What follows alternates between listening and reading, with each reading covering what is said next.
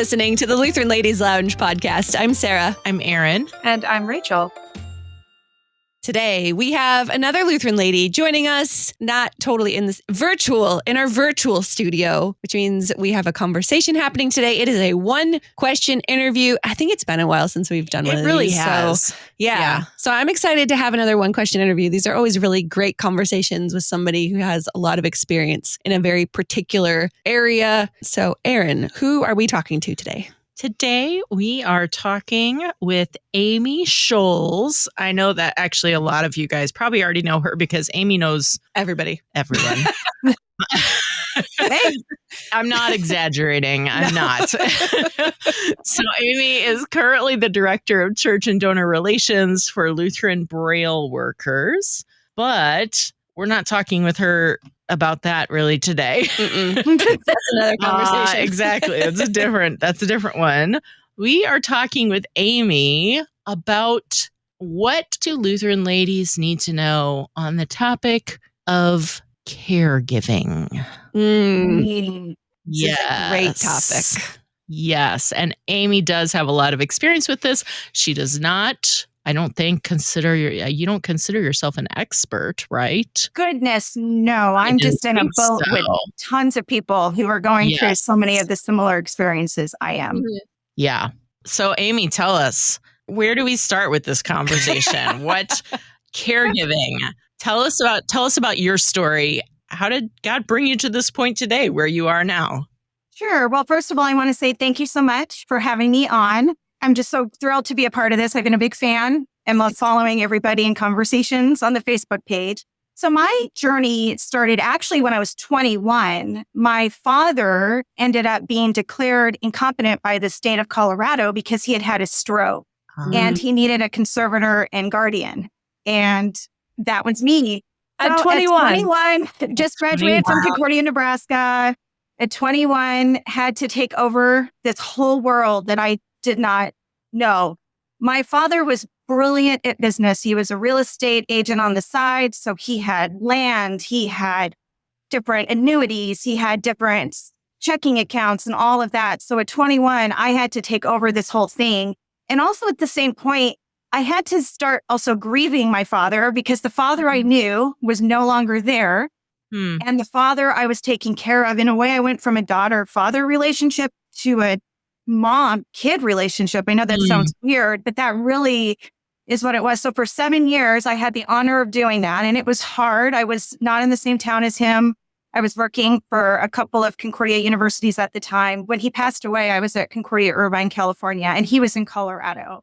So I was blessed beyond measure to be able to fly back, talk to him, do all those things. And again, when he passed, it was weird. I really felt like I had lost a child, but I also felt incredible peace because he wasn't the person that was here on earth that I knew. And I knew God's will was done by just feeling that overwhelming sense of peace that only God can give when he passed. So let's fast forward. I'm 35 years old and I meet this really cute guy at a pastor's conference in the North Wisconsin district. I was working for Concordia, Wisconsin at the time, and he was an alum. So, got to start a good conversation that way. It wasn't until I was hook, lined, and sinkered that I found out he was 18 years older than me. He deceived me with his young looks. And so I told him, those Lutheran pastors, you got to watch out for them. But, God made it clear to both of us. After we met October 1st of 2007, we were engaged by December 31st of 2007 and married May 31st of 2008. And that whole time we were about 5 hours apart. Wow. So really, we didn't spend more than 3 weeks together until we got married. So my husband is he's the kindest, most wonderful guy, but he also has type 1 diabetes. He's had that for over 50 years. He was 11 when he was diagnosed, but he is very good at taking care of himself. His numbers have always been great, little hiccups, which a lot of type 1s have. But then this past April, he had pneumonia and it was bad. It was really bad. And when he ended up going into the hospital, he ended up being on a ventilator. And because of that, he was already in a stage 3 kidney disease because of his type 1. But he was able to keep that going for a long time because he took such good care of himself. His numbers were good. He was eating right. But when he went on the ventilator, it made the kidneys stop. Oh. And since then, God bless, he was able to get off within 3 days of being on the vent. The next day, he was feeding himself. The next day after that, he was already walking. It obviously took a toll on his body. We ended up going to rehab for a while, but he actually exceeded everybody's expectations and got out pretty quickly. But with the dialysis, the kidneys just needed help. And so with that, we've learned a lot about that. And we had doctors tell us, we are 95% sure the kidneys are going to come back. And if any of you three know, and also the amazing listeners, doctors usually don't say stuff like that. Yeah. But we were kind of like, okay, but there is just something in my gut that told me I don't think that's going to be the case. And since our journey, Mike actually was taken off dialysis because his numbers did not really warrant him being on dialysis. Okay. But then he developed acidosis, and he actually had an event while preaching. He kind of froze up, and that's when the acidosis made itself known. So let's not just forget, I'm concerned about my husband, but holy cow, when you see somebody who's up speaking in front of people, that added a whole other level of terror. So they ended up putting him back on dialysis. And currently, he's usually when you're on dialysis, and everybody's journey is different. So I'm sure we also have listeners who have loved ones that are on this. But for Mike, he only goes about 3 hours and 15 minutes, just has his blood cleaned, very limited fluid removal. His blood pressure is good. Everything is great. So the part where I come in is that my husband, we have a joke. I am type A and he is type Z. When actually I had to force him to go to the doctor that April 3rd. And it was funny. Even the doctor said, Mike, we're not experts on everything. It's okay to ask us tons of questions. And I have a joke that if something were to happen to me, of course, he is an emergency person to talk to. But I also have a good friend who's like me. As I could be on the ventilator and they might say, Mr. Scholz, we're so sorry. We don't think she's going to be there. And he'd be like, all right. And my friend would be like, whoa. Let's ask all these questions. Well, that's what I am for Mike. I am the one that asks the million questions. We're really blessed with doctors who know that I'm not questioning them. I'm just asking questions. I have a binder. I call it Mike's kidney binder. We keep track of his blood pressure. And this is something too, just so you know, urination is a big thing. I have a friend from college who said, I need to make a t-shirt that says make urination normal again. I talk about it. But no, the fact that Mike is urinating and we keep track of that to show the doctors, because that's how they know if he needs to have fluid removed. So I do a lot of that. I am the person who really... Mike, it's good that Mike's in the room, but you probably wouldn't even need to be in the room because I'm the one asking all the questions. Just give you that medical power of attorney and you're good to go. I have it. No, so yeah. And I do want to say, I told Mike I was going to talk to you guys, and he said, well, if you're going to talk about caregiving, please share that the care receiver loves you very much and appreciates you. And that's good, because that's always the case, too. If anybody who's in caregiving knows, the patient always isn't the easiest, and it does cause conflict.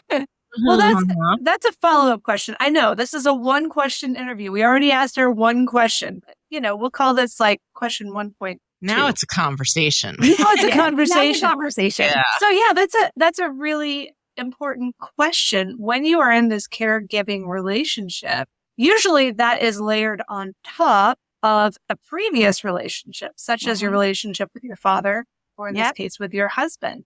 How do you keep that original relationship strong, even as you layer on this new, dimension to it? Because that can't be easy. Well, he's just the cutest boy I know. And I joke all the time from that movie, I married you so I could kiss you anytime I want. I think that's where I'm grateful, that God has continued that I do look at him as a husband. I mentioned my father in the child relationship because that was something, especially when I met Mike, knowing he was type 1, I was like, okay, I know down the road there might be health issues, but I do have to give God all glory to that because we have been able to still be husband, wife, and be a team. And I will say throughout this whole thing, I just, when I get sad and angry and upset, it's because I just want him to have the best life possible. Mm. That I truly, if I could switch places with them, I would. We've talked about, of course, kidney donation. We've talked about all that. He's actually retiring at the end of December. We live in Las Vegas, Nevada. Maybe I should kind of say that real quick as I'm in my home. And we're going to be moving, God willing, to St. Louis because our house is sold, God willing, again. Closing will happen soon and such. So, we have all of these layers that we're doing to find, especially for him, like good healthcare and things like that. But I think for him, just again, I'm so excited that he is retiring early. He's been a pastor for 39 and a half years. He can just kind of enjoy life. We don't have to worry about all the church things. I mean, we have a great congregation and full. We are blessed beyond measure. Mm-hmm. But I think taking that layer off of it is going to be great because then he can do what he wants to do and enjoy life and things like that. But we work really hard. And, that's the thing too, though. It's not all roses. I've done so much research in caregiving because after Mike went on the ventilator, it really scared me literally to death. I will say, we all pray and hope as Christians that when that reckoning comes where we really need to lean on our faith, the first thing I did is I went in the hallway that they were putting him on the vent. And I said, God, if this is it, I trust in you. He loves you. He preaches about you. And if you are going to take him, I accept that. I love you. It'll be good. If you are not going to take him, I'm going to continue to trust in you that this journey is going to be good, but I'm not going to lie to you, God. We're going to have a lot of hard conversations. And I think that's one thing is that through this, I immediately went to counseling because I needed to deal with that trauma of seeing him on the vent, of how all that happened, then layer the kidney stuff, then layer, to be honest, a pastor where Aaron and Sarah are friends with me on Facebook. We're very transparent about Mike's health because there's so many involved people. So add that.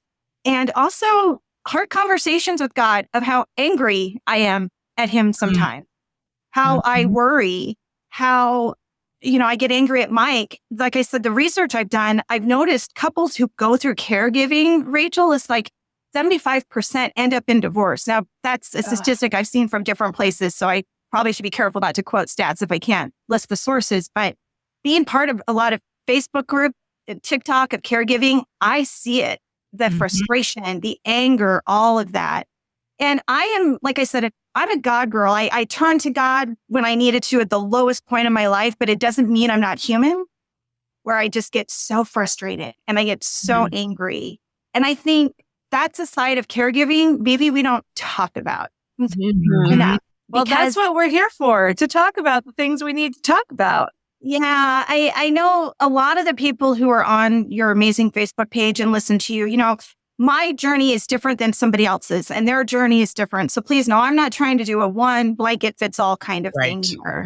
Right. And I think too, we know God does not get mad when we worry. He created us. He knows our hearts. He knows my mind. He knows I trust in him. But man, it's been a hard time since that April 3rd when Mike went on the vent and just saying to God, listen, I trust in you. The type A, you made me type A. So help a girl out here and just let me know the next steps. And he's, we see his blessings in time, right? It's his time and he definitely gives those. Yeah. So you're right. We aren't trying to have you be the one who is speaking for, the whole representing caregivers as a whole. No, that's not fair. We're specifically interested in your experience as just as an example of what it's like. Yeah. And so in your experience, what have you found to be, what have you found to be the most challenging thing that surprises you that you didn't think was going to be that you wouldn't have expected this would be the hard thing, but it is? So I want to be careful on how to say this because I always want to lift up our medical community. I always say nurses are superheroes without capes. Again, we are blessed beyond measure by a team. But I think when it comes to the dialysis, for me, it is incredibly frustrating. Mike doesn't right now fit the profile, I guess, of a typical, I'm doing air quotes right now, typical dialysis patient. At the same point, everybody who's on dialysis is a loved and adored child of God who deserves the best that that person should give. And I think the frustration for us is every issue Mike has had since April was a result of the care he was given. For example, the acidosis. The doctor thought it was good to take him off dialysis. And obviously that was not the case. Now, I don't fault the doctor on that, but that whole time I was worried. My gut was saying to me, this isn't right. And unfortunately, it came to be true. We had an issue where Mike had high blood pressure all week. And they said, well, that's typical for a dialysis patient. He's not typical. And we ended up in the ER with his blood pressure at like 225 over 90. And thank God our kidney doctor is at the hospital we go to. And bless his heart, when he came in, he got an earful and he agreed. He said, nope, this shouldn't have happened. We should have treated it. We should have had the conversation. So that shoulda, coulda, woulda, that, Erin, I think has been the hardest for me. Please know, again, I'm not trying to throw our dialysis center under the bus by any means, but it is an honest thing. The other thing too is, type 1s are different than a type 2 diabetic. So when I talk to the dietitian or I do something, it's so focused. Type 2. And God love Michael Paul Scholz. This man is eating plain chicken breast, lean turkey burgers, salmon, tilapia, 4 ounces of that, these veggies, because there's only certain veggies and certain foods and certain fruits that these folks can have on dialysis. He can't have certain things. And this man is eating it because he wants to prolong whatever he can. May I just say ew right there? I mean, just on behalf of all of our listeners out there who love flavor, ew, good for him. We're finding new things. I mean, he just had something with like a Chipotle and honey. So that was exciting. And we're working with a dietitian company that they're all type 1 diabetics. Okay. And so, we're trying to do the things we can to make it better. But I think, again, that has just been the frustrating part is that I can't get to the one doctor who's the most important doctor in our lives right now, except for once a month when he does rounds. Now, granted, we can go to his office, leave him a message. He probably does that. He knows we're good people. So I think, Erin, that has just been the frustration. And I hear that a lot in the articles I've read. I just read an article in the New York Times. I shared that with some folks, different things like that of just the frustration caregivers have. And that is one thing. And again, though, I say this, if you are a doctor or nurse or anybody listening, I mean, again, it is not easy. I've told the center that I said, if you're overworked and underpaid and frustrated, please tell me what I can do to advocate for you. I am happy to write your manager. I'm happy to do that. But first, we need to focus on this guy. So when we move, we've already been blessed to hopefully find a new kidney doctor. And when I talked to them and they shared with me, he sees every patient weekly. Oh, have you looked at this? Have you looked at that? I just started crying on the phone with her because I think I felt so hopeful because as Erin, as you asked with my frustration, that frustration might be quelled. I'll still be frustrated, but maybe that won't be something that's just such a hard thing. Yeah. It sounds like, your caregiving relationship with your husband is like this living organics thing. And you're up against a machine in terms of the healthcare system that is filled with wonderful people, but is still a machine.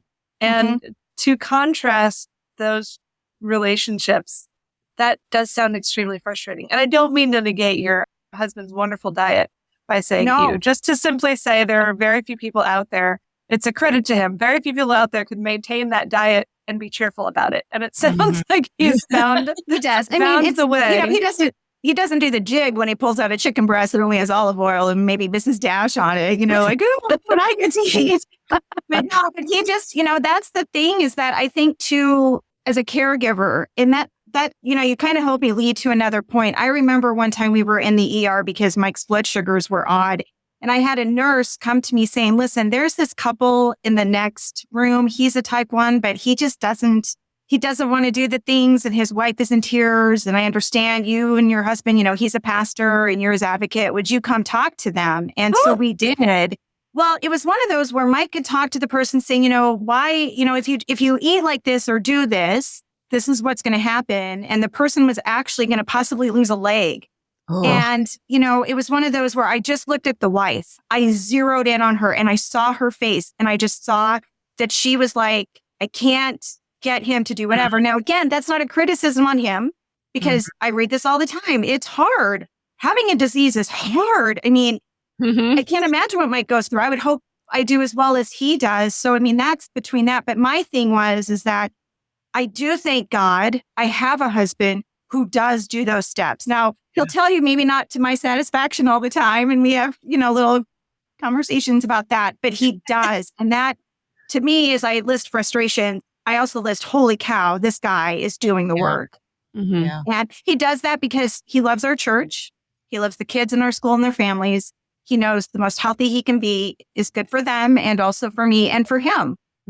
But, you know, there are the situations of these Facebook groups I'm in and such where I just hear the spouse say those things. And that's why I haven't, some of these Facebook groups, I haven't really interacted much with because I don't, you know, I want to support them, but I don't want to get asked, well, how's your husband? You know, how doesn't it frustrate you when he eats that? I'll be like, he doesn't. It's not perfect. You know, but don't get me wrong. I mean, Mike will tell you he's the sinful person too. Like stubbornness, I found he'll say pride and stubbornness is probably his trait that has come out with this, where, you know, he's like, I want to do it and I can do it. Like when he had that issue with the acidosis, I mean, we were in worship, in the middle of worship. I had to say, guys, I'm so sorry. And he continued on. And thankfully, between services, we had some loving friends who were members who said, you need to go to the hospital. Please, you know, I'm begging him. I'm crying. I'm just so scared because that was terrifying. People are worried. And he comes around, but he'll tell you that that is the thing that has come out for him. I will just say, as a pastor's wife myself, telling a pastor in the middle of Sunday morning to skip the second service and go to the ER is not an easy conversation because they all want to be there for that second. I know. And if you can imagine your husband having that moment where he's frozen, right? And that if he misses a word, your heart literally goes into your throat saying, oh my goodness, is he okay? You know, those are the things that I have to say counseling has been awesome. I mean, to not just deal with the trauma of what happened with the ventilator, but also the tools I need. So when I feel that anxiety come up, because I will say too, Erin, I think to answer your question as well, I'm a very high strung, you know, type A kind of person, but I've never really had a lot of anxiety. And I always felt for people who would talk to me about that. And I now have a greater appreciation. I mean, thankfully, I guess the way that I was told through my counselor, mine was kind of relational to the event that happened. So I'm not in counseling right now. You know, I got past that, but bless people who go through that because it just was it would just freeze me. And so for Mike retiring, I'm not going to lie, I'm kind of excited that maybe that portion of my life, because our people love him. See, that's the thing, right? These folks love him so much that they just want him to be good, but it's a lot on me sometimes because kind of like he's human. We're doing what we need to do. Yeah, I can relate. Well, I don't have type 1 diabetes or a kidney issue, but I do have a chronic illness. And so I relate to a lot of what you're saying about your husband of like, sometimes when you're sick all the time, you have a day where you're like, I'm not actually that sick. I can do this thing. It'll be fine. It is generally not fine. So like, I totally understand that. And like the frustration of dealing with a medical system that doesn't always quite live up to what you actually need in that moment. Like I get all of that frustration. What has the adjustment been like going through all of these things, having to deal with frustrations day to day, having good days, having bad days? What is the adjustment like to just kind of keep moving through each experience and learning from experiences and having to apply that and, you know, going through counseling and dealing with all of these life changes that when you have a chronic illness, it's kind of like constant life change. You're never really out of a life change situation. What is that constant adjustment like? Well, first and foremost, I just want to say, as somebody who listens to you, but also has the blessing of knowing you, you know how I feel about you and that you have this chronic thing. And I pray for you and so many others all the time because we have no idea what people are going through. And it is hard. So thank you for your words. I think that helped me to make sure that I know, you know what I mean, that I'm not alone in the boat. You know, every day I've had to learn is going to be different. I think I will say one, I never took for granted my life. I knew how incredibly blessed I was. I wasn't that person who didn't know what she had until it was gone. And I think because now I know that my life is nothing like what it was before because of this, that is something that I have had to work on and accept the new normal, say you. I will say with Mike's type 1, hand to God, I was never really involved that much in his care. He has a continuous glucose monitor that I have a lot of friends who have kids and spouses that, have that on their phone. They could see the blood sugar in real time. For 15 years, I was not that person because Mike controlled his type 1 very well. I now have that app. It is the biggest blessing and it is the biggest curse. And God bless him. Did you take a sugar test? Do you know that you're going down? Do you know that you're at 80? And, he's kind of like, okay, yes. I mean, Amy, I'm taking care of it. But when he's up there preaching, he doesn't know maybe that he's going lower, which again, that's the thing about type 1. There's no set way. So I think with the type 1, ironically, that has not been, I guess because I'm used to it forever, it's the kidney stuff, the dialysis. Monday, Wednesday, Friday, he's in a chair from 9:20 to 12:20. We can't plan things, on those days.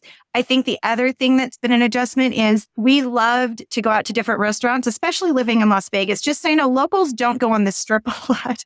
But we are a city and we have great restaurants. We don't do that anymore because I don't know how they've prepared the food. Will it have too much sodium, potassium, phosphorus?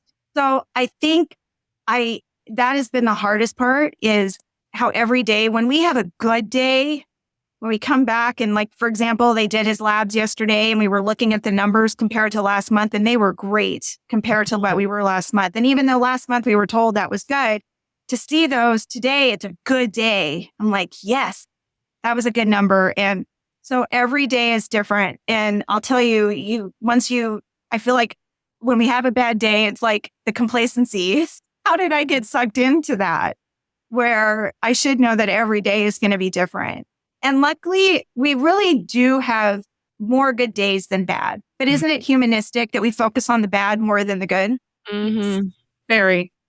So, I have to be very aware of focusing on the good and being grateful for that. And where Mike isn't as bad and he drives himself to and from dialysis. He runs errands. I mean, he's fully independent. So that's why it's weird. We call me a caregiver. Right. But I am because he is fully independent.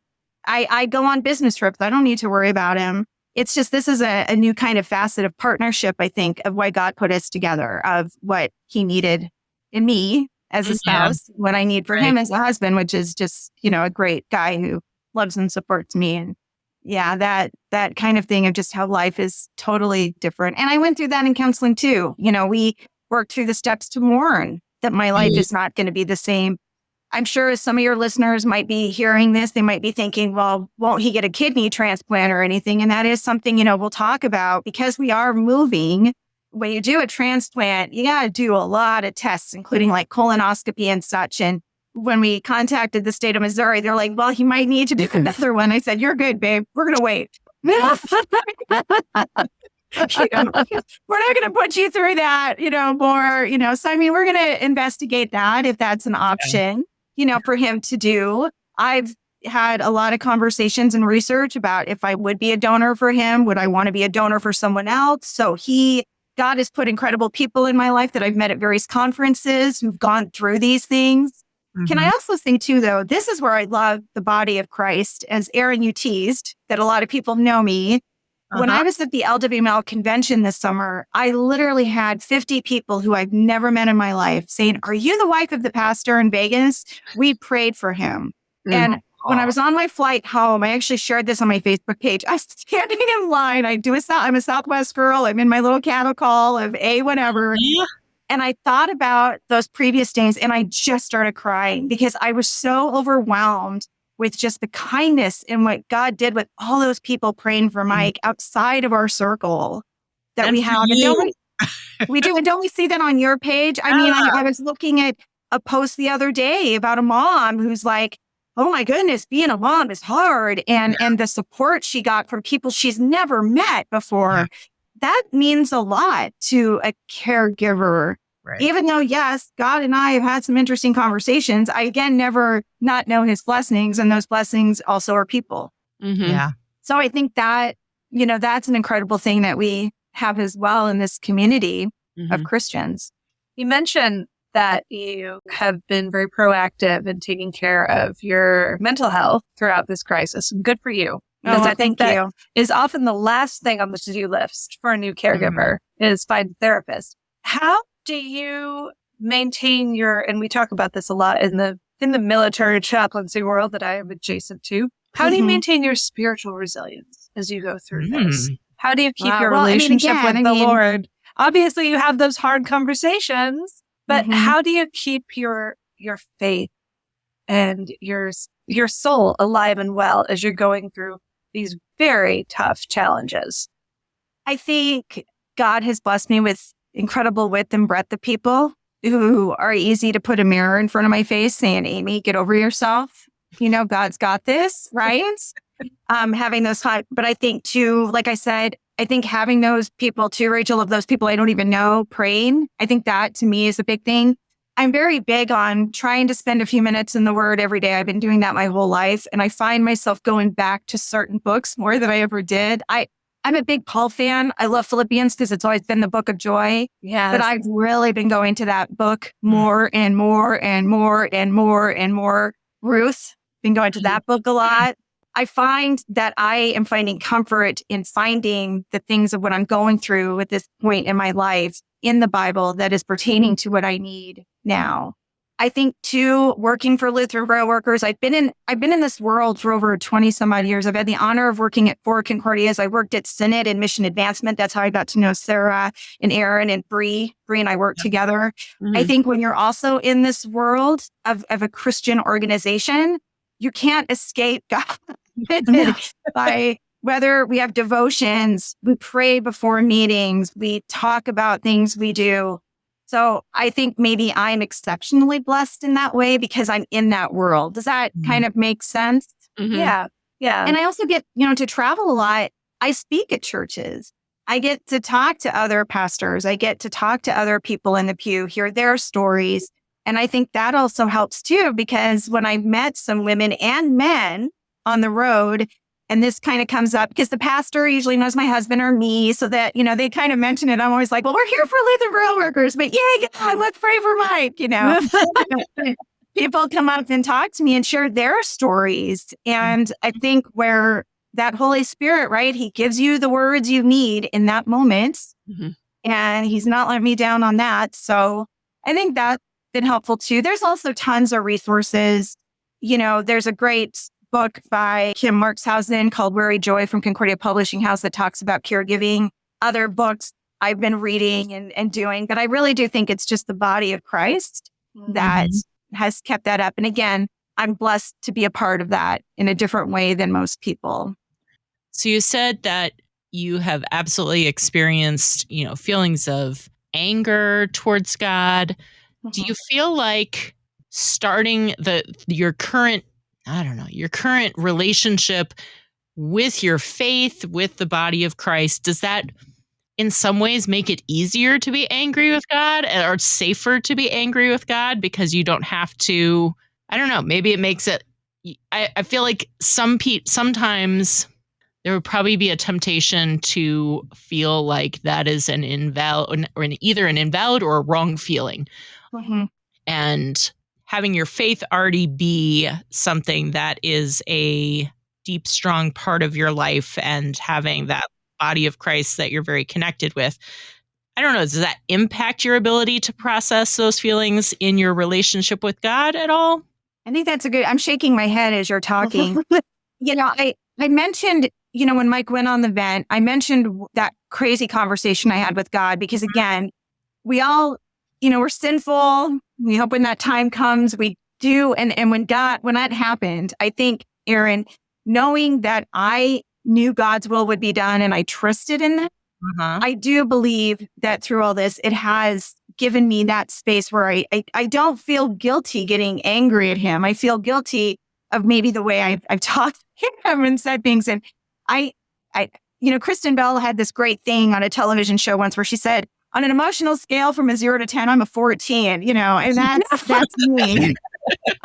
I mean, I could cry at the drop of a hat now. And I can think of at least 3 times where I literally got on my knees, just crying, saying, God, I do not get this. I mean, the one was when he was off dialysis. It was our first appointment within that week, and the numbers just weren't good. And the kidney doctor said, don't worry about it. I'm fine with it. But my gut, which I've always said too, everybody says their guts are different things. My gut has never been wrong. And I really think that's also how God maybe steers me on some things. But I remember coming home and I just cried for like an hour, and I was on my knees. I fell on my knees on our stairwell. And I said, I know this isn't right. I know something's wrong. I know you're telling me that, but I don't know what you want me to do with this. Why am I feeling this way? And tell me what to do to make it better. The kidney doctor won't listen to me. This person won't listen to me. I'm terrified of being around Mike with this. What do you want of me? I mean, I still remember, and I remember when my little fit was done, I actually fell asleep. I leaned on a stair. I think I just exhausted. And I woke up and I felt peace. And, and I kind of got off the stairs and I leaned up against a wall and I said, okay, God, all right. I got my little temper tantrum out of the way. And so when that acidosis thing happened, I wasn't really shocked, because I had that time. I know that sounds kind of weird. I was more scared of what people were seeing. And I was actually more concerned about the congregation than I was Mike, because that didn't shock me that happened, because there was something telling me something wasn't right. Yeah. So I do think that having that space of having the different things I have made it easier for me, because I can't tell you, I never got mad with God with my dad. I can't even remember when I did get mad at God, to be completely honest with you, or really worry. I mean, this whole situation just turned everything upside down in so many ways. And as a human, I've not had some proud moments. I wish there were some moments I could take back of how I probably talked to people, not just Mike, but maybe the people at the dialysis center, at the hospital. Also, too, though, when you're at the hospital crying because everything happened wrong, people have a lot more sympathy for you. Somebody help me. They have a tendency to be like, we got you, sweetheart, we're good. So I don't know if that really answers, but I do think that is, at 51 years old, who has had God in her whole life, starting when she was little with her parents, making her get up at 6 a.m. to study Bible verses and such. That was very something to me that I knew God doesn't get mad at us when we get mad at him. But at the same point, I never really have had. So I guess to me too, this has been a growing thing in my faith of something I never expected to go through. Yeah. Yeah. Does that kind of answer what you were? It does. Well, and it actually lets me follow up with what I was going to ask you earlier, but now it's even more appropriate. One thing that I keep noticing, and you said a moment ago, you said to be completely honest with you. And that seems to be a phrase that fits you very well. I hear your story and I hear about your willingness to be honest with healthcare workers, to be honest with your husband, and to be honest with God about what you're going through. How important is it in a caregiving scenario to be honest and not to just shove things under the rug and not to try to, put lipstick on a bad situation when you really need to speak truth about it? That's something I'm so cognizant of that I'm not covering for Mike. I would hope, I'm sure, for example, people at church would say, well, we saw how pale Pastor Mike was, and Amy said he was okay. Well, I knew he was okay. He was pale because he probably had dialysis. After you get your blood taken out, you're going to be pale. But I knew he was okay. You know what I mean? Like there was nothing bad or anything like that. So I never, cover up for Mike. And he expects that of me when we have a conversation. The only time, this is where, again, I'm blessed beyond measure. I've only had to call him out was when he probably should have gone to the doctor before he did that April 3rd. Like he was really sick for a week. He should have gone to the doctor. Oh, and if we all look at April 3rd in the calendar, that was the weekend before Holy Week. So that is also why. Yeah. Rach, I knew you would laugh as a pastor's wife. Because Holy Week is a big week. If it can wait until after Easter, you'll wait. Yep. And so I guess that's another point of the story. So I had to wait. I've been very honest about that. Yeah, and Mike owns it. I got to give it to him. I mean, and I will say too, I mean, like our primary doctor who you want to talk about a mess when we move. I'm literally just, even though he's a Cubs fan and I'm a Cardinals fan, I love him.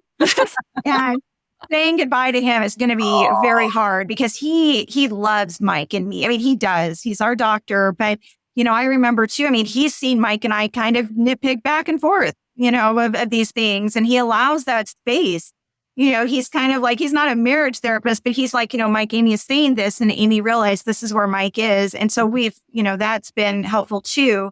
But I really never, except for, again, him not going to the doctor soon enough and everything else, he's just in that stubbornness, right? When he had the thing at the pulpit with the acidosis, I really haven't had to call him out too much on that. And, that is where honesty is, because if you're not honest with the doctors, they can't give you the right care. The only person you're hurting is yourself if you do not tell the truth about where you are. When we do, for example, the blood pressure record, I have his blood pressure of every day since April 29th when he was released from rehab. 2 to 3 times a day. I have it in a Word or an Excel document. And he has a vascular doctor because, again, type 1 diabetes, blood flow, blah, blah, blah. We have that. He gave us a blood pressure cuff that goes back to his office. So not only am I recording it, if he sees something funny, he gets a call. Mike gets a call from the nurse of the office saying, hey, we noticed your blood pressure was this. Is everything okay? But we have to be honest on that record, right? Because then Mike won't get the right care. Even again, I'm going to say urination again. If Mike isn't sharing exactly what he's doing every day, then that doesn't give the kidney doctor a clear idea. So again, you're pointing out another blessing I have in my life is that I do have a guy who is honest and upfront and will say, yeah, I didn't do that, or I didn't do that, or this and that. So, but honesty is, because I hate to use this term, we hear of Karens, right? Those that, explain and stuff. And I'm familiar with the term. Yeah. I always say I'm teetering on that. We had a kidney doctor before that he actually, I have no problem saying this, when we were talking about Mike's high blood pressure and he had never met us. See, that's the other thing too. Mike had been seeing a kidney doctor for 10 years. The minute Mike went into dialysis, he had to use the kidney doctor that was at dialysis. So we didn't even have our old kidney doctor. The records and stuff. I could not, I'm sorry. I'm sure people are hearing this. See, that to me, maybe because I don't understand, and I'm sorry, medical professionals, but to me, like, what? So when we met him, he'd only talked to us one time for 10 minutes. And when we were going over things, and again, that's why I said earlier too, it's important that doctors know I'm not questioning them. I'm just asking questions. I felt like he thought I was questioning. And he, honest to goodness, said to me, well, maybe you're the reason you caused the high blood pressure. And I remember coming home. I remember Mike, because Mike drives. And I remember Mike drives back and forth to dialysis. So I go to this appointment once a month. I come home, and please know, I'm not trying to rat out this doctor, but it was one of those where I came home, I see Mike, he's in the kitchen, he's making dinner, and I just start crying. I said, oh my gosh, if I'm doing this to you, I'm going to start crying now. If I'm doing this to you, I am so sorry. That is not what I'm doing. And he had to care for me, saying, Amy, it's not you. Like, he was off. He doesn't know us. He doesn't know our dynamic. Please don't do this to yourself. So Mike had to become the caregiver to me, because I'm thinking, if I'm even a part of this, which people who know us might say, yeah, he probably elevates my life. But, to have that be told to me, and that's where I was so grateful, where when I finally got to do the kidney doctor we had, because we met him in the hospital in April. So he took us under his care, and he was great. He kind of said, I got you. I know how you are. I know you're not questioning me. Please know, we'll be better from now on. So I think, when Mike did that, I needed to hear that because that was an important piece that I thought, oh my goodness, I failed him. And so that term, like I said, Karen, or not telling the truth or doing that, it's a very fine line. And again, that's why maybe I'm going to say it a third time on this podcast, because I really want to get that through, that I do thank God for medical professionals and what they do. And it's not a perfect system. But for me, it's like Mike is not a car. He's a human being. Yeah. And everybody, needs to be treated like that when they're doing that. So I know that kind of answer a little bit. Yeah. And I think that extreme honesty, I see it in your willingness to share so much of your story with us, which is so refreshing. And also in the lives of the people who are praying for you. Because if you were not the person you are, willing to be honest about what you're going through, you would be denying the body of Christ the opportunity to be part of your story through prayer and in faith. And I think it's a real wonderful model. For me, I tend to be a very private person. But as Aaron would tell you, I mean, I show the good and the bad and the ugly on my social media. I think that's kind of maybe how we talked about this, because I shared a story on Instagram after my counseling session. My face is just blotched. I had been crying. And I do that not to be like, oh, look at me, look at what I'm going through. But I mean, I asked for those prayers. I want to be transparent. And what really meant a lot to me after that is I had 15 people write me saying, thank you for sharing about, I did the rapid eye movement kind of therapy to deal with that. And them telling me their stories of what they went through. I had no idea. And, I feel like too, again, maybe I won't be as transparent when Mike's not in the pulpit. I'm going to be very honest about that. Maybe I won't need to be, because so many people, we just feel it's good to be transparent to the church. Because again, these members love us. Sure. They get scared too, things like that. Knowledge can be power. But yeah, I am honored to be on this, to talk about this, because again, I know people who have loved ones battling cancer and all this. And I see how they're just like, we trust in you, God, and we love you. And I love that. And I'm that person too, but I'm also on that other side. Man, God, why today? We made so much progress. I feel like I just said that in the last couple of weeks about my... Yeah. Well, that's the thing. I mean, there are so many ups and downs, and it's exhausting having to deal with stuff that like a normal person and a normal couple just doesn't have to deal with. Like there's so many layers of extra on top of like, you have your marriage relationship, you have all your other vocations, that normal everyday life happens. And then there's all of these extra layers that you also get to deal with. And, and there's blessings that come in with that. There's relationships that like you're talking about, being able to meet all of these people, and you're able to build connections in a way that other people maybe don't, just because you have this extra cross that you're bearing, that you're able to walk with people in their burdens in a different way. And, I've found that too, that a lot of people talk to me in a different way just because they know I'm not going to judge them for like having a horrible day because they're dealing with something. And I also like, they don't have to explain themselves to me. I get it. Yeah. Like I know what it's like to just be weary and lament to God about like, this is like, I'm having a terrible day, God. What is happening? And can I thank you? I need to see, but to me, this is, I love hearing you say that selfishly, because I don't feel alone in the boat. Right. And I pray with this conversation, even if one person who's maybe going through, Sarah, what you're going through, or even, Aaron and Rachel in your lives, or what I am, that'll be like, oh yeah.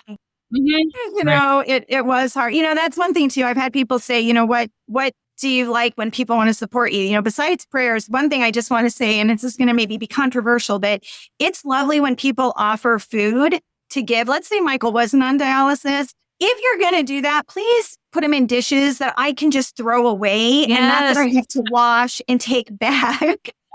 And then I feel like the creep who's saying, oh, that's so kind of you to make us food, but please don't. Because that means I have to wash your dish. I have to bring it to you. I have to make sure you have it. We'll have to talk because I like you a lot and I want to talk, but I may not have the time to talk, but then I'll feel guilty about talking, and then I'll be feel guilty not talking, and I'm going to come home and I'm going to lament on that.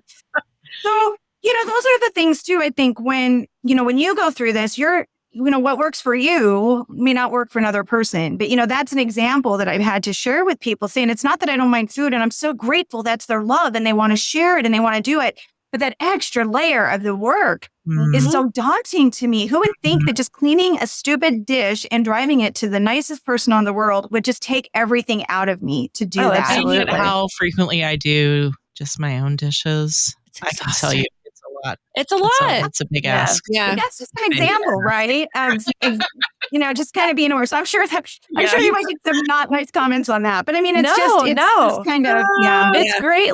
Great policy, ladies out there. Save your Chinese takeout containers, wash them out, and stick them in the back pantry for delivering for meal trains, So there's just toss them. That's right. Okay. So you've talked a lot about all of your experiences with this. You did mention counseling. Mm-hmm. What else do you do to care for yourself? What are your other strategies that you use to manage this stress and burden that you are experiencing? So counseling, excellent. I assume there's other things besides that. So shopping is my cardio. I love to shop. I mean, I don't buy stuff I don't need, but no, I think for me, that's just something I enjoy reading. One thing on a plane, I usually am working, but the past few trips, I've actually been reading a book. Now, you might think, why don't you read a book at night? Well, because I'm working all day and then I need to update that kidney binder, which, by the way, Mike, if you're listening to this, when you retire, sweetheart, that sucker is yours. You're going to upload it. I'm not doing it here anymore. No. You'll have all this time in the world. But no, but I think, doing that. I think too, I give myself permission to do screen time. I love, looking at Facebook and Instagram and seeing what people are doing and catching up with them and doing those things. I will say too, though, I've always been a workaholic and that has probably been the biggest blessing. I do want to give a shout out. When I left Synod in March, I was going to start with Lutheran Braille Workers. I think it was going to be like April 14th. And I had this whole thing planned. I was actually going to go to Disneyland. I haven't been forever. I was going to take a couple of days for myself. I was going to, I cleaned out my office. I was going to go through our house. I was going to purge. I was going to do all this stuff I never had time for. That all went away.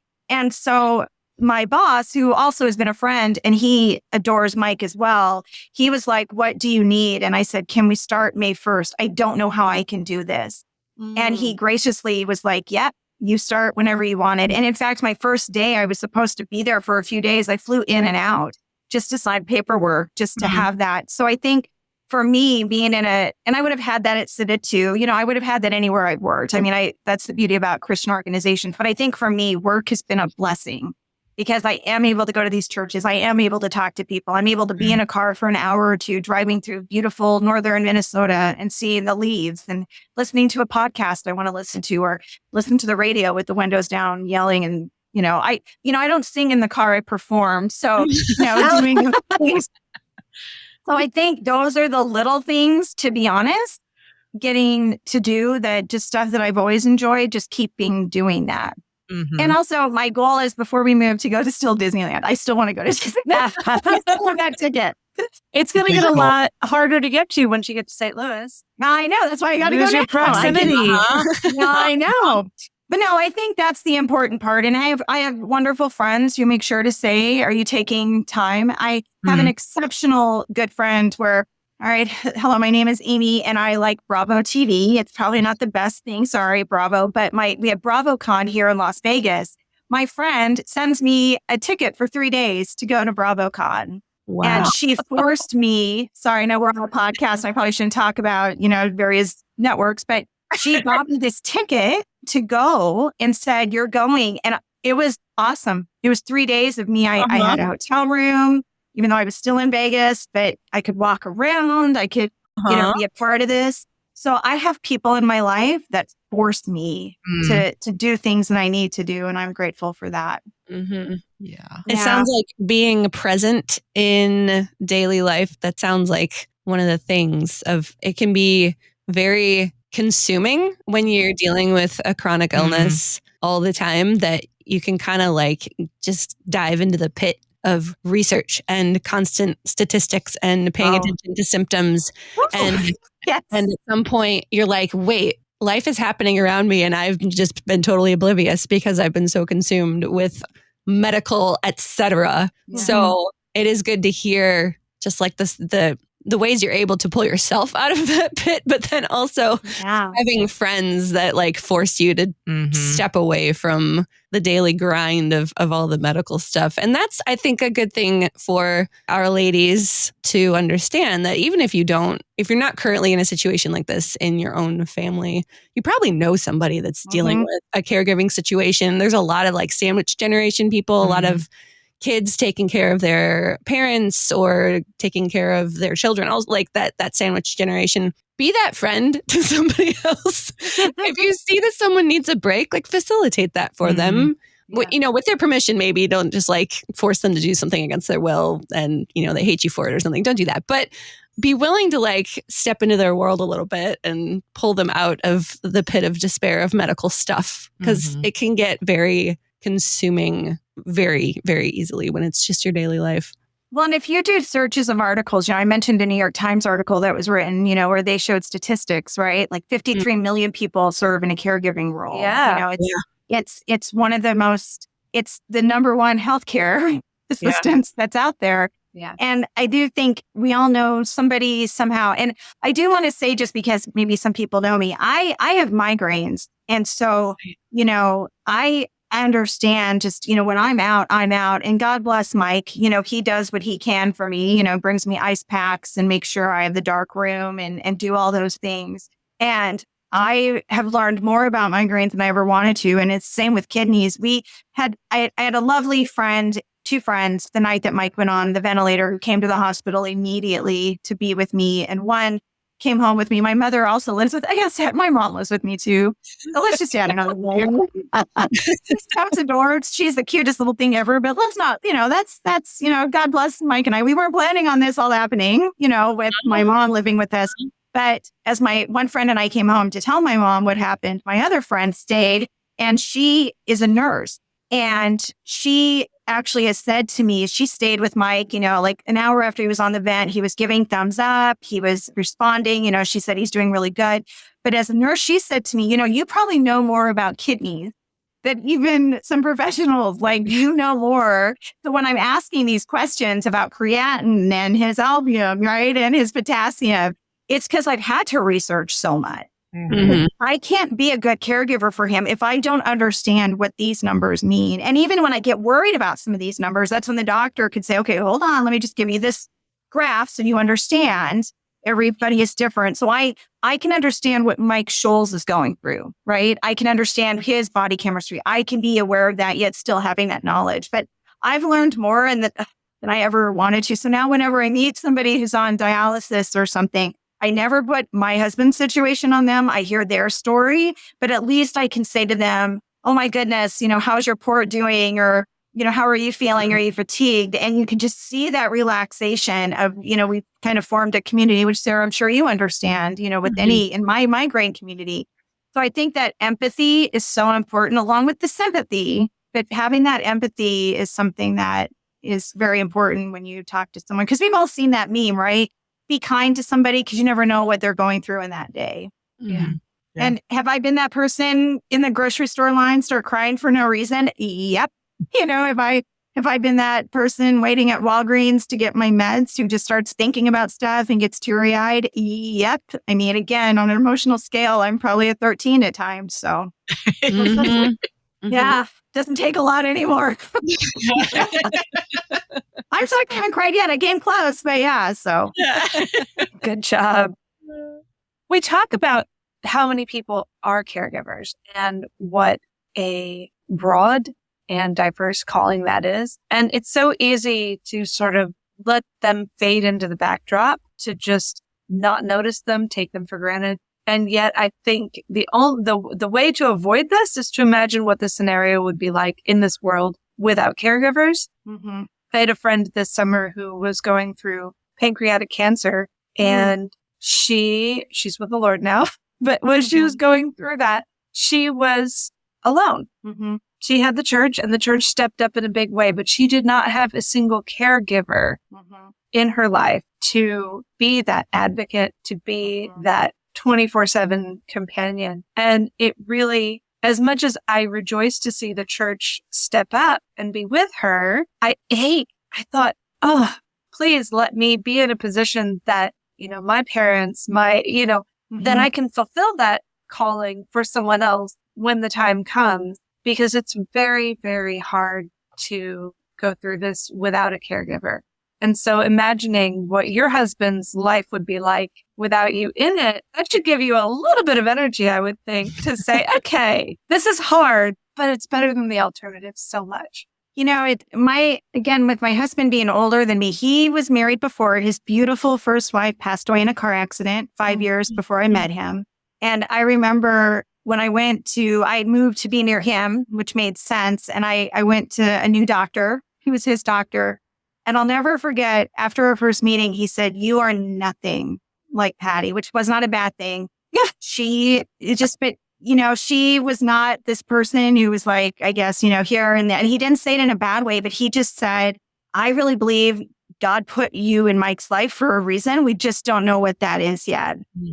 And when all this happened, I reached out to him and I said, "Hey, 15 years later, I think we know." I mean, Mike has had surgeries. Like, if you know me, he's had a few health things. He's had some ankle surgeries. He's had craziness with that. Nothing made sense. But, I think that's something I said to him, like, here's what we know. And, I said to Mike the other night, I kind of said, as we're getting ready for his celebration this weekend of retirement, he doesn't retire till December 31st, but we're having a weekend. And I did a PowerPoint where I dedicated it to his parents and to her. Because, obviously she's sainted in heaven. They had a wonderful life. And I looked at Mike and I said, she had some good years. I just think like, I've had some good with you. And wow, it's kind of weird. I wish she was here, but then I wouldn't be married to you. But at the same point, she would understand. I mean, it's not weird, but that's the first thing I thought of. Right. And I also think about that. I do not have children. When I met Mike, I've never really felt that in my heart to want that. And when I met Mike, he was 54, probably could even have kids. I was 35. And I think about that for myself, Rachel. Like, I have a good friend. Her daughter will probably become my power of attorney because I've already warned her I'm going to move in with her. Going to be the Goldie girls with only two of us in some nursing home, and she's stuck with me for the rest of my life. But no, I think of that. And I will tell you too, when I'm in a dialysis center, there are times where I just look around and I'll just see someone and I'll just be like, "Hi, my name is Amy. My husband's here. I'm waiting for the doctor. Can I sit with you?" And they just want, you just hold their hand. That's all they want. Because they don't have anybody. Yeah. They don't. I met a gentleman, he only has one kidney. He's been on dialysis for 20 years. He sleeps the whole time. He's probably 60 pounds soaking wet, but just the neatest guy. And he just hold my hand while I fall asleep. I mean, it's as simple as that. It doesn't have to be these big grand gestures. And, again, with those women that were with me the night Mike went on the vent, I didn't need them to tell me it was going to be okay. I didn't need them to do whatever. I needed them to hold my hand. And also those times when Mike was on the vent, I had a hard time being in the room. And our circuit visitor, who's, a pastor, but a good friend, but I had also other friends who said, "Okay, if things go south, I can't be in that room. Will you be there to be with Mike and all that?" So, I mean, I think it's important as caregivers. Sometimes we don't want to bother people. We don't want to ask people to do things. But I thankfully had that to where I knew I would be received. And I will be honest with you too. I've said to this group of friends that I have, I feel like I've been taking more than I've been giving. I mean, I've just been asking and asking and asking. And of course, they're lovely. They're like, "No, you're not. You're fine." And that's hard because I'm a giver. I love to give. I don't love to take. And I think that's been a hard thing is I've had to take, and it's okay to do that. And I look forward, again, being in St. Louis will be great. Mike's family's there. He has friends of over 30 years there. I will have a support system there from friends I know at Synod. So I'm excited to see what this next chapter will be, not just for him, of course, but for me. And I think this is going to look different. Again, he can do the binder. He can do these things, you know what I mean? But that's going to be, I'm excited. Yeah. It's funny. This is just a personal anecdote, but when you're talking about God putting two people together, my husband grew up on a restricted diet because his dad was diagnosed with probably something similar to what I have, but environmental illness back in the 80s when it was barely a thing. So he basically lived his childhood on a restricted diet, marries me, and lo and behold, I have chronic illness. And he's like, "Restricted diet? That's fine. That's normal." Yeah, you got it. Yeah. Do you want to know the irony is Mike's first wife, she had migraines.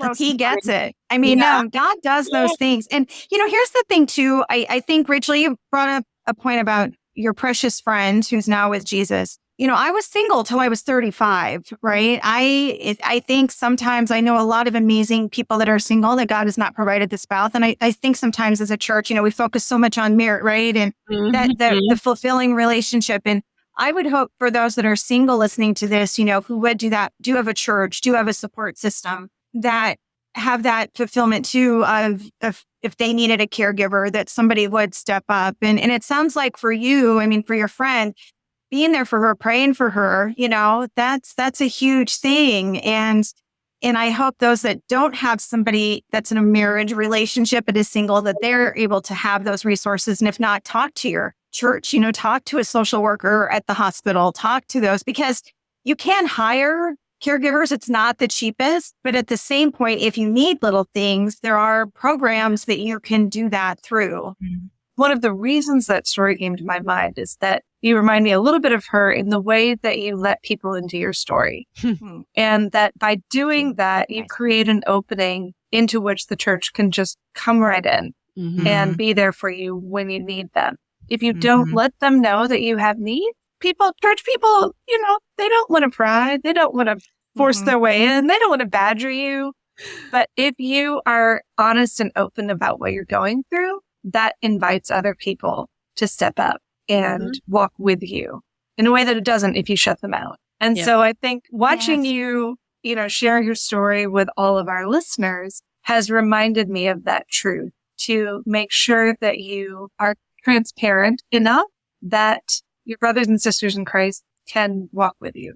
And that you are sinful, right? And that you're not perfect and you can. And, I think the other side of this too is what's been a blessing is being able to be a witness of our faith. I remember, I think it was the second night, because Mike was on an event for 3 days. I think it was the second night, my friend and I were leaving.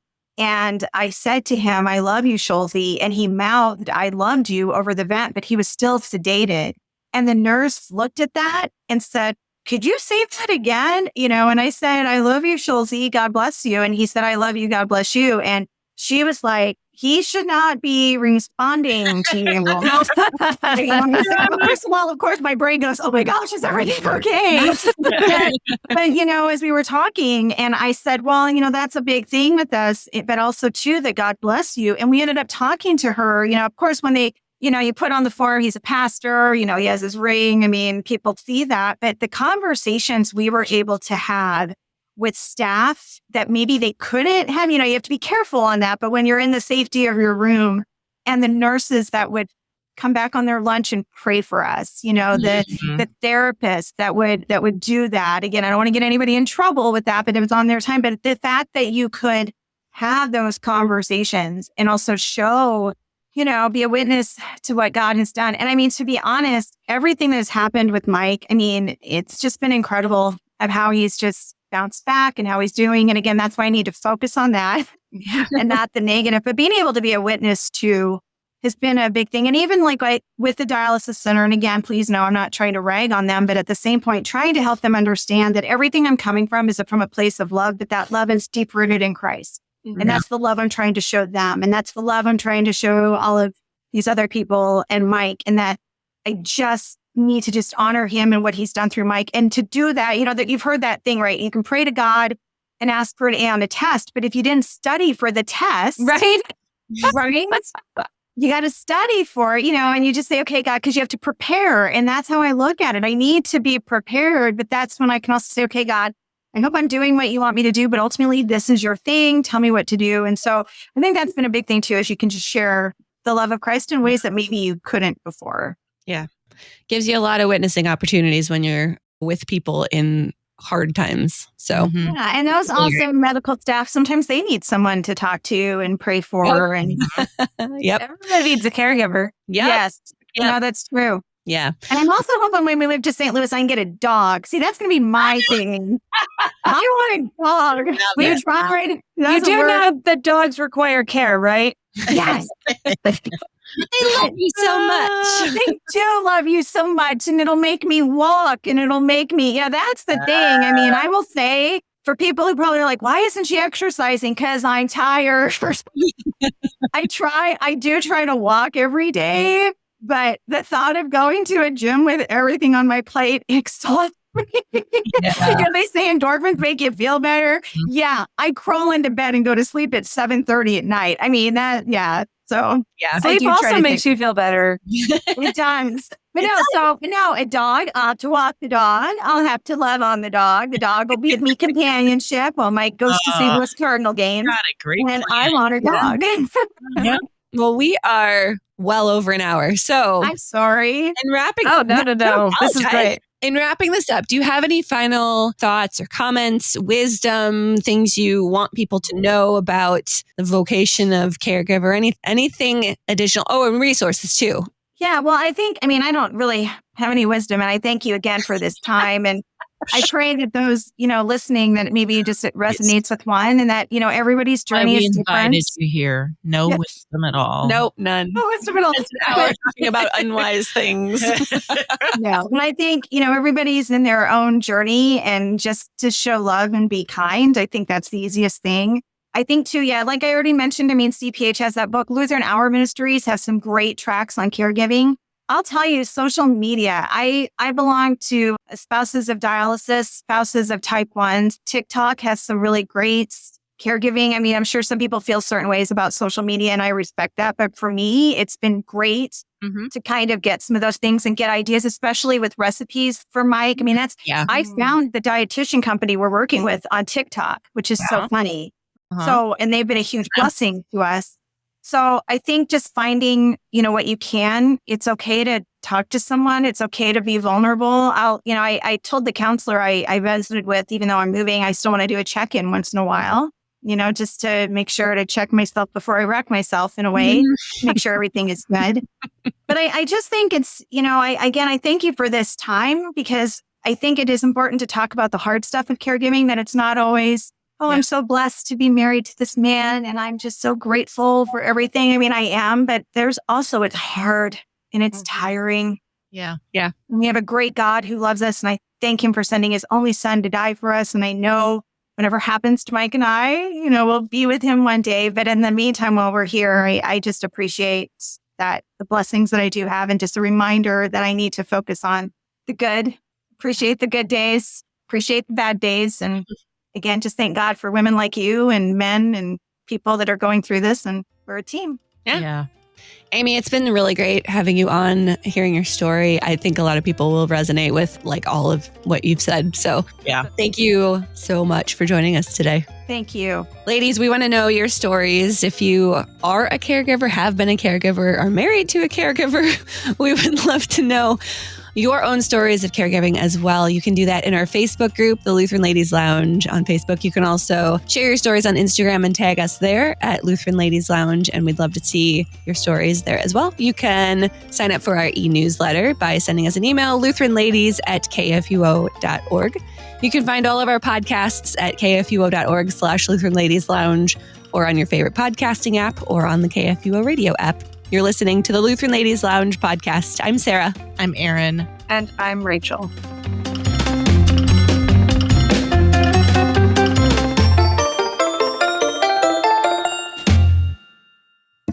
Oh, and I just hit the mic with my head.